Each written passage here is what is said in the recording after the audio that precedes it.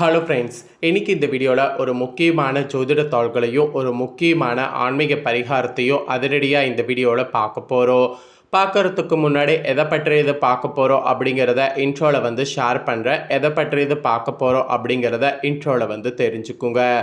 2026 இப்போ 8வது மாதமான ஆகஸ்ட் மாதமானது பிறந்து நடந்துட்டுருக்கு. இந்த மாதம் சாதாரண மாதம் கிடையாது. கிரக ரீதியாகவும் ஜோதிட ரீதியாகவும் மிக முக்கியமான மாதம் என்று சொல்லலாம். இந்த மாதத்தில் கரெக்டாக ஆகஸ்ட் 27க்கு பிறகு விருச்சிக ராசிக்காரங்களுக்கு இந்த விஷயங்கள் நடந்தே தீரும். அதற்கு காரணம் என்னென்னா, பௌர்ணமியானது 27ஆம் தேதி வருகிறது. ஆவணி மாதத்துடைய பௌர்ணமியானது 27ஆம் தேதி வருகிறது. அதனால் பௌர்ணமியுடைய கிரக அமைப்புகளால் அடுத்த கரெக்டாக பார்த்திங்கன்னு வச்சுக்கோங்களேன், 27க்கு பிறகு விருச்சிக ராசிக்காரங்களுக்கு இந்த விஷயங்கள் நடந்தே தீரும் என்பது குறிப்பிடப்படுது. அதை தான் இந்த வீடியோவில் வந்து ஷேர் பண்ண போகிறேன். சிவன்மலை உத்தரவு வாக்குக்கு இணங்க இந்த விஷயங்கள் வந்து கிரகங்களால் உங்களுக்கு நடந்தே தீரும் அப்படிங்கிறது குறிப்பிடப்படுது. அப்படி என்ன நடந்தே தீரும் அப்படிங்கிற முக்கியமான விஷயங்கள் பற்றி தான் இந்த வீடியோவில் வந்து ஷேர் பண்ண போகிறேன். ஸோ வீடியோ ரொம்பவே யூஸ்ஃபுல்லாக ரொம்பவே இன்ட்ரெஸ்டாக இருக்கும். கண்டிப்பாக வீடியோவை வந்து ஸ்கிப் பண்ணாமல் பாருங்கள். அப்போ தான் உங்களுக்கு நான் என்ன சொல்ல வரேன் அப்படிங்கிற விஷயங்களை வந்து தெளிவாக தெரிஞ்சு பயன்பெற முடியும். நம்ம லைஃப்பில் பார்த்திங்கன்னு வச்சுக்கோங்களேன், நல்லது கெட்டது எல்லாமே மாறி மாறி நடக்கும். ஒரே நேரத்தில் நல்லது நடக்காது, ஒரே நேரத்தில் கெட்டதும் நடக்காது, மாறி மாறி தான் நடக்கும். இந்த நல்லது கெட்டது நடக்கிறத தெரிஞ்சு அதற்கேற்ப நாம் நடந்து பயன் பெறணும் அப்படிங்கிறது தான் ஜோதிடர்கள் நமக்கு சொல்ல வராங்க. ஸோ அந்த வகையில் விருச்சிக ராசிக்காரங்களுக்கு கிரகங்கள் எப்படி அமைஞ்சிருக்கு அப்படிங்கிறத எக்ஸ்பிளைன் பண்ண போகிறேன். அதற்கேற்ப என்ன பலன் கிடைக்கும் அப்படிங்கிறத தெரிஞ்சுக்குங்க. அதற்கேற்ப நடந்து பயன் பெறுங்க. ஸோ அதிர்ஷ்டமோ ஆபத்தோ என்னங்கிறத தெரிஞ்சு அதற்கேற்ப நடந்துக்கிறது ரொம்ப நல்லது. சரி வாங்க, என்னங்கிறத இப்போ இந்த வீடியோவில் அதிரடியாக பார்க்கலாம். முதல்ல சிவன்மலை உத்தரவு வாக்களுடைய ஸ்பெஷலை வந்து ஷேர் பண்ணுறேன். நிறைய பேருக்கு இந்த கோவிலுடைய சிறப்பு தெரியாமல் இருக்குது. முதல்ல இந்த கோவிலுடைய சிறப்பை தெரிஞ்சுக்குங்க. அதுக்கப்புறமேட்டு உங்களோட ராசிக்கு பௌர்ணமியில் என்ன பலன் கிடைக்கும் அப்படிங்கிறத அதிரடியாக பார்க்கலாம். சிவன்மலையில் ஆண்டவர் உத்தரவு பெட்டி தான் ரொம்ப சிறப்பு. முருகனுடைய வேல் எப்படி ரொம்ப சிறப்போ அதுபோல் தமிழகத்தில் அடுத்து நடக்கக்கூடிய விஷயத்தை இங்கே இருக்கக்கூடிய முருகன் சொல்லுவார். அதுதான் இந்த கோவிலுடைய சிறப்பு. தமிழ் கடவுள் முருகன் என்று அழைக்கப்படக்கூடிய முருகன் வந்து தன் வேலாயுதத்தில் பகைவர்களை அழிப்பார். அப்படிப்பட்ட வேல் சிவன்மலையில் சுப்பிரமணிய சுவாமி திருக்கோவிலாக அமைந்திருக்கு. இங்கே ஆண்டவர் உத்தரவு பெட்டி தான் ரொம்ப சிறப்பு. இந்த பெட்டியின் மூலிமா தான் இந்த கோவிலே ரொம்ப ஃபேமஸ் ஆச்சு.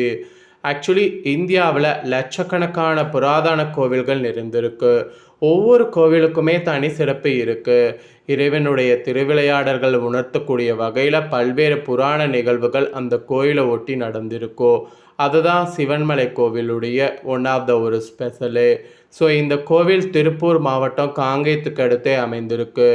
இங்கு சிவன்மலை முருகன் பார்த்திங்கன்னு வச்சுங்களேன், சுப்பிரமணிய சுவாமி திருக்கோவிலாக பல சிறப்புகளை தன்னகத்தே கொண்டிருக்காரு. இந்த கோவிலுடைய மெயின் சிறப்பே ஆண்டவர் உத்தரவு பெட்டி தான். இந்த உத்தரவு பெட்டியில் ஆண்டவர் முருகப்பெருமான் அப்பகுதியை சுற்றியுள்ள யாராவது ஒருவர் கனவுல தோன்றி பொருள் வந்து உத்தரவு பெட்டியில் ஒரு குறிப்பிட்ட பொருளை வைத்து பூஜிக்க வேண்டும் என உத்தரவிடுவார். பக்தர்கள் வந்து தங்களின் கனவுல வந்த பொருள் குறித்து கோவில் அர்ச்சகர்கள் கிட்ட உடனே வந்து கூறுவாங்க. அவங்க பூ போட்டு பார்த்து வெள்ளைப்பூ வந்தால் அந்த பொருள் ஆண்டவர் பெட்டியில் வைக்கப்படும். அந்த பொருள் பொறுத்து அப்போதுள்ள காலத்தில் சில நிகழ்வுகள் வந்து தமிழகத்தில் நடக்கும். ஸோ இது மாதிரி இந்த உத்தரவு பெட்டியில் எத்தனையோ பொருட்கள் வைத்து பூஜை செய்யப்பட்டிருக்கு. அத்தனை பொருளும் ஏதாவது ஒரு வகையில் சமுதாயத்தில் தாக்கத்தை ஏற்படுத்தியிருக்கு. தாக்கத்தை ஏற்படுத்தாமலாம் இருந்ததில்லை. இது வரைக்கும் இந்த உத்தரவு பெட்டியில் மஞ்சள், ஏற்கலப்பை, திருநீர், மண்கலப்பை, அதுக்கப்புறம் ஏற்பையே, இந்த மாதிரி எத்தனையோ பொருட்கள் வைத்து பூஜை செய்யப்பட்டிருக்கு. அத்தனை பொருட்களுமே சமுதாயத்தில் ஏதாவது ஒரு வகையில் தாக்கத்தை ஏற்படுத்தியிருக்கு. தாக்கத்தை ஏற்படுத்தாமல் இருந்ததே இல்லை. அதனாலேயே இந்த பொருட்கள்லாம் வந்து வைக்கப்படுவதை விவசாயிகள் பார்த்து அதுக்கப்புறமேட்டு தான் விவசாயத்துக்கு முக்கிய விஷயங்களே வந்து ஸ்டார்ட் பண்ணுவாங்க. எடுத்தோம் கவுத்தோம் அப்படிங்கிற மாதிரி ஸ்டார்ட் பண்ண மாட்டாங்க. சிவன்மலையில் ஆண்டவர் உத்தரவு பொருள் எப்படி சமுதாயத்தில் தாக்கத்தை ஏற்படுத்துவதை தடுக்க முடியாதோ அதுபோல் கிரகங்கள் அமைந்திருக்கக்கூடிய அடிப்படையில் அடுத்து என்ன நடக்கும் அப்படிங்கிற தாக்கங்கள் கண்டிப்பாக இருக்கும். ஸோ அடுத்து என்ன நடக்கும் அப்படிங்கிறத கிரகங்கள் மூலிமா குறிப்பிடப்படும். ஸோ இதுதான் கோவிலுடைய சிறப்பு. இப்போ விருச்சிக ராசிக்காரங்களுக்கு கிரகங்களால் என்ன நடக்கும் அப்படிங்கிறத ஷேர் பண்ணுறேன். ஸோ என்ன நடக்கும் அப்படிங்கிற பலன்களை தெளிவாக இந்த வீடியோவில் தெரிஞ்சு பயன்பெறுங்க. விருச்சிக ராசிக்காரங்களுக்கு இந்த ஆவணி பௌர்ணமியில் கிரகநிலைகளை ஆராய்ந்து பார்க்கும் பொழுது உங்களுக்கு சொல்லப்பட்ட மெயின் விஷயம் என்னென்னா, முதலீடு செய்யக்கூடிய விஷயங்கள் எதுவாக இருந்தாலும் பொறுமை அவசியம். எடுத்தோம் கவுத்தோம் அப்படிங்கிற மாதிரி முதலீடு பண்ணக்கூடாது. மீறி பண்ணிங்கன்னா அந்த முதலீட்டு விஷயங்களில் உங்களுக்கு நஷ்டம்தான் ஏற்படும். அதனால் முதலீடு பண்ணக்கூடிய விஷயங்களில் பொறுமை ரொம்ப அவசியம். பொறுத்தார் பூமி ஆர்வார் என்ற பழமொழிக்கேற்ப பொறுமையோடு செயல்பட்டிங்கன்னா கண்டிப்பாக வெற்றி பெற முடியும். அதனால் முதலீடு செய்யக்கூடிய விஷயங்களில் உங்கள் ராசிக்காரங்க பொறுமை அவசியம். இன்னும் இந்த ஆகஸ்ட் மாதம் ஆவணி பௌர்ணமி அன்னைக்கு விருச்சிக ராசிக்காரங்களுக்கு கிரகநிலைகளை ஆராய்ந்து பார்க்கும்போது உறவுகளுடைய நெருக்கத்தையும் நம்பிக்கையும் வளர்க்குற மாதிரி பாசிட்டிவான சூழ்நிலை உங்களுக்கு உருவாகும். அது மட்டும் இல்லாமல் உங்கள் வாழ்க்கை துணை அல்லது உங்களுக்கு நெருக்கமான ஒருவரோடு உறவில் சமீப காலமாக இடைவேளை அதிகரிப்பதற்காக உணர்ந்திருந்தால் அதை சரி செய்ய இது ஒரு சிறந்த வாய்ப்பாக அமையும். இந்த பௌர்ணமியில் கண்டிப்பாக அதுக்கான ஸ்டெப்களை எடுத்திங்கன்னா அது கண்டிப்பாக உங்களுக்கு சரியாகும். ஸோ அதனால் கண்டிப்பாக இடைவெளி அதிகரிக்கிற மாதிரி இருக்கக்கூடிய உறவை சரி செய்ய இந்த நேரத்தை பயன்படுத்திக்குங்க. உங்களுடைய பணியில் புதிய தொழில்நுட்பங்களை கற்றுக்கொள்ளுங்க. அதுவும் புதிய பொறுப்புகளை ஏற்கவும் அல்லது மாறுபட்ட பணிமுறையை கையாளவும் வாய்ப்புகள் கிடைக்கும். ஸோ கிடைச்ச வாய்ப்பை எதுவாக இருந்தாலும் அதை பயன்படுத்திக்கோங்க. வாய்ப்பு சின்னதோ அது பெருசோ அதை நீங்கள் பயன்படுத்திக்கிட்டிங்கன்னா ரொம்ப நல்லது. ஸோ வாய்ப்பை எந்த அளவுக்கு பயன்படுத்திக்கிறீங்களோ அந்த அளவுக்கு முன்னேறுவது ஈஸியாக இருக்கும். அதனால் வாய்ப்பை எதையும் மிஸ் பண்ணாமல் எல்லா வாய்ப்பையும் நல்லா பயன்படுத்திக்கோங்க. இதெல்லாம் தொடர்ந்து ஆரம்பத்தில் பார்த்தீங்கன்னு வச்சுங்களேன், சவாலாக சில விஷயங்கள் தோன்றினாலும் இந்த பௌர்ணமி கொஞ்ச நாள் காலப்போக்கில் அந்த அனுபவங்கள் உங்கள் மிகப்பெரிய பலமாக மாறும். அதுவும் வணிகத்தில் நன்கு ஆலோசித்து எடுக்கப்படக்கூடிய முடிவு லாபகரமானதாக அமையும். மெயினாக முதலீடு விஷயங்களில் பொறுமையை கடைபிடிக்கணும். பொறுத்தார் பூமி ஆர்வார் என்ற பழமொழிக்கேற்ப பொறுமை ரொம்ப அவசியம். அப்போ தான் நல்ல பலன் பெற முடியும். இல்லைனா உங்களுக்கு நல்ல பலன் கிடைக்காது. அதனால் பொறுமை ரொம்ப முக்கியம். முதலீடுகள் பண்ணுறதுக்கு முன்னாடி நல்லா ஆலோசனை பண்ணுங்கள். இப்போ முதலீடு பண்ணால் கரெக்டாக இருக்குமா, இதில் லாபம் கிடைக்குமா, அந்த மாதிரி நிறைய யோசிங்க. யோசிக்காமல் எதையும் பண்ணிடாதீங்க. பண்ணிவிட்டு அதுக்கப்புறம் ரொம்ப வருத்தப்படுவீங்க. அதனால் இதில் கவனமாக இருக்க வேண்டும்.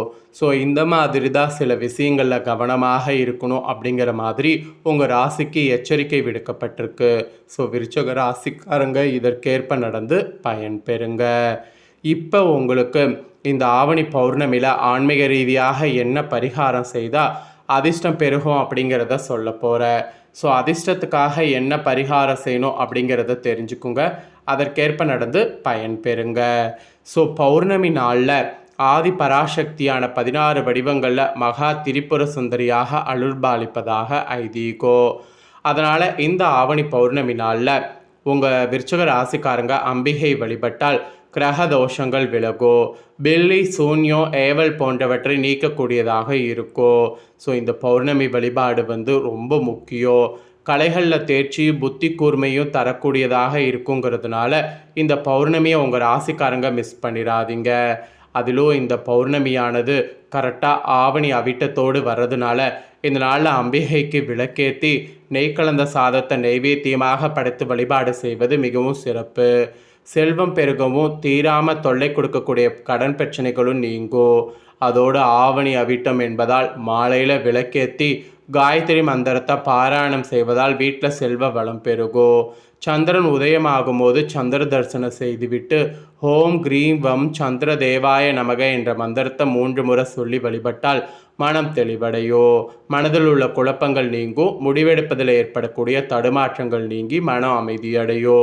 அதனால் மறக்காமல் இந்த நாளில் வழிபாடு செய்து பலன் பெறுங்க.